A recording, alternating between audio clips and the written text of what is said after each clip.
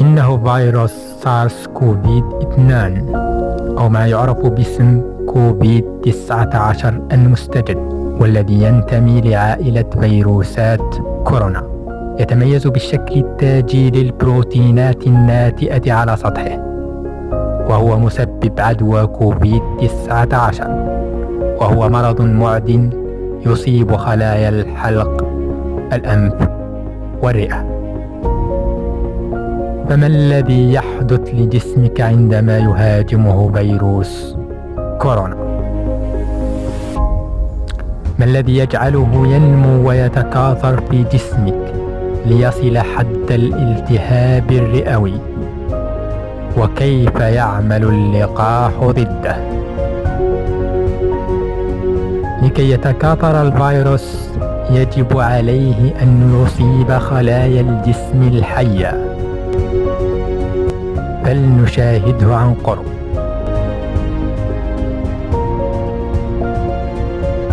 بداخل الفيروس يوجد الحمض الريبي الوراثي الذي يمكنه من عمل نسخ أخرى لنفسه، محمي بطبقة من البروتينات التي تكون الغشاء الداخلي، وهو ما يجعله ينتقل بسهولة بين المصابين. وغشاء خارجي يسمح للفيروس بأن يصيب الخلايا عن طريق الدمج مع الغشاء الخارجي للخلية بواسطة نتوءات على الغشاء الخارجي تدعى بروتين ناتئ أو ما يعرف باسم سبايكس. فيروس الإنفلونزا وفيروس كورونا المستجد كلاهما يستخدمان هذا النوع من البروتينات كمفتاح للدخول إلى خلايا الجسم، ثم يستخدم الخلايا كآلة للاستنساخ والتكاثر وإعادة استخدامها لبناء مكونات الفيروسات الجديدة. عندما يتكلم الإنسان، يسعل أو يعطس، فإن الفيروس ينتقل في قطرات من لعابه عبر الهواء، قد ينتهي بها المطاف في أنفك أو فمك، وقد تصل إلى رئتيك. بمجرد دخوله لجسمك يستطيع الفيروس أن يلتحم بخلايا أنفك، حلقك وحتى رئتيك. واحدة من البروتينات الناتئة على الفيروس تلتصق بالمستقبل الموجود على خلية جسمك مثل المفتاح في القفل. هذه العملية تمكن الفيروس من الدخول إلى الخلية. فيروس الإنفلونزا المعتاد يمكنه الدخول إلى نواة الخلية، حيث تحتفظ بجميع موادها الوراثية. لكن فيروس كورونا لا يحتاج الولوج إلى نواة الخلية المضيفة، يمكنه الوصول مباشرة إلى عضيات الخلية المضيفة والتي تدعى الريبوزومات. الريبوزوم تستغل المعلومات الوراثية الخاصة بالفيروس لصنع بروتينات الفيروس الجديد، مثل بروتينات الناتئة سبايكس الموجودة على سطح الفيروس والتي تستقر على جدار الخلية. تتجمع البروتينات الناتئة سبايكس في حويصلات، ثم تندمج مع الطبقة الخارجية للغشاء أي غشاء الخلية، وتتجمع كل الأجزاء المطلوبة لإنشاء فيروس جديد تحت غشاء الخلية.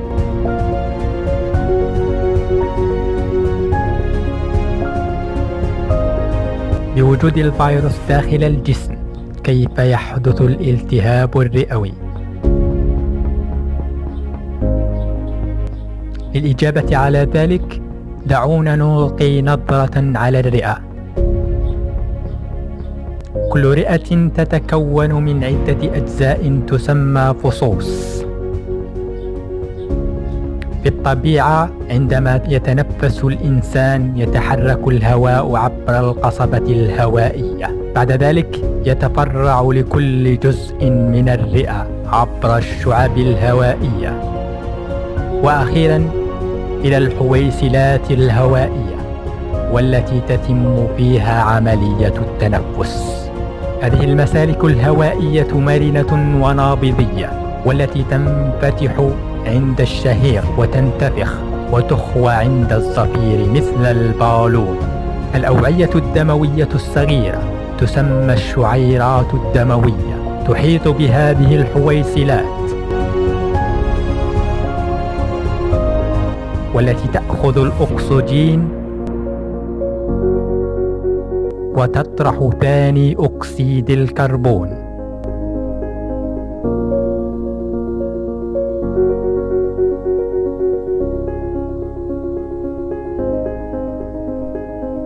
يقوم المخاط في الشعب الهوائية بالتقاط الميكروبات التي تدخل أثناء التنفس، وتقوم الشعيرات التي توجد في هذه الأعضاء بنقلها لكي يتخلص منها الجسم أثناء السعال أو العطاس،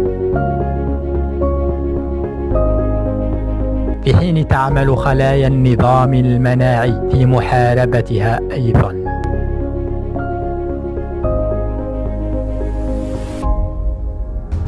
لكن إن كان نظامك المناعي ضعيفا فإن فيروس كورونا المستجد سيغمر هذه الممرات والخلايا المناعية.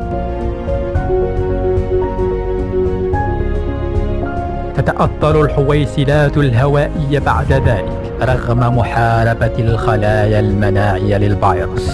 يسبب التهاب الحويصلات امتلاء هذه الأخيرة بالسوائل، مما يصعب عملية التنفس.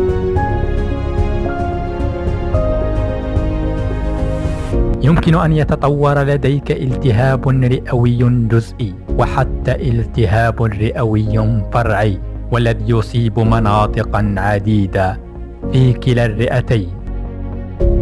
يسبب هذا الالتهاب صعوبة في التنفس، ألم شديد على مستوى الصدر والسعال، كذلك قشعريرة وحمى وارتباك، صداع في الرأس، ألم في العضلات وشعور بالإعياء، ويمكن أن يؤدي إلى مضاعفات حادة.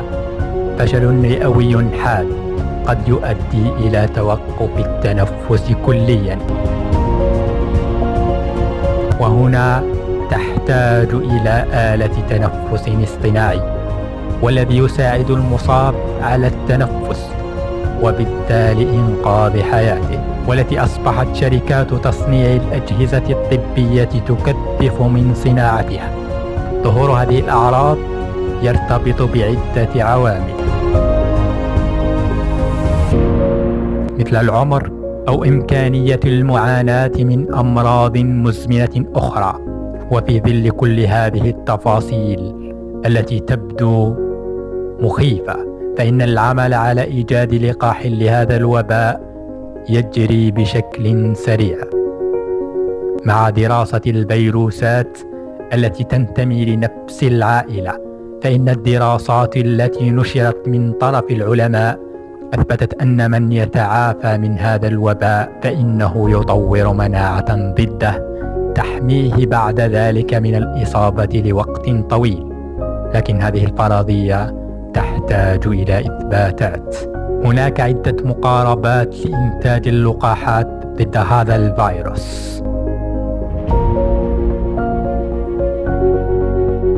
الفكرة الأساسية هي في الحصول على نسخة ضعيفة من الفيروس، لكنها كافية لإنتاج الأعراض وحث الجسم على الاستجابة المناعية. في أسابيع قليلة ستنتج مضادات تعمل على منعه من الالتصاق بالخلية،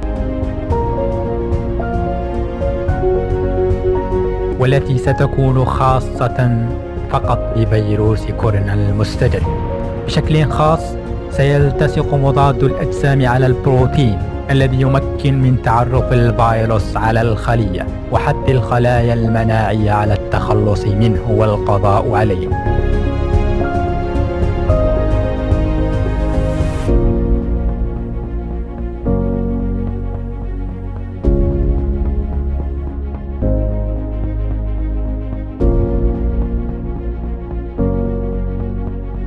عندما تصاب بالفيروس الحقيقي في وقت لاحق سيتعرف عليه جسمك وسيعمل على تدميره.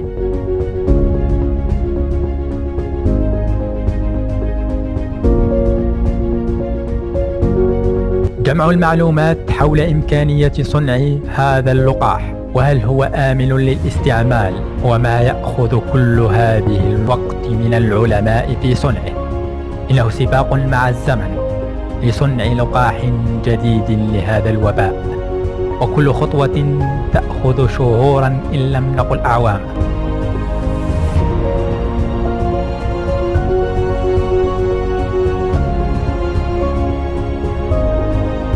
آخر لقاح سجل رقما قياسيا في صنعه كان في مدة 5 أعوام، لكن الآن التحدي يتمثل في إيجاد لقاح ضد فيروس كورونا في فترة من 12 إلى 18 شهرا على الأقل. كل هذا يحتاج المزيد من الوقت، لذا فكل ما عليك فعله هو البقاء في المنزل لحماية أولئك الأكثر عرضة للوباء، ولا تنسى غسل اليدين لمدة 20 ثانية على الأقل.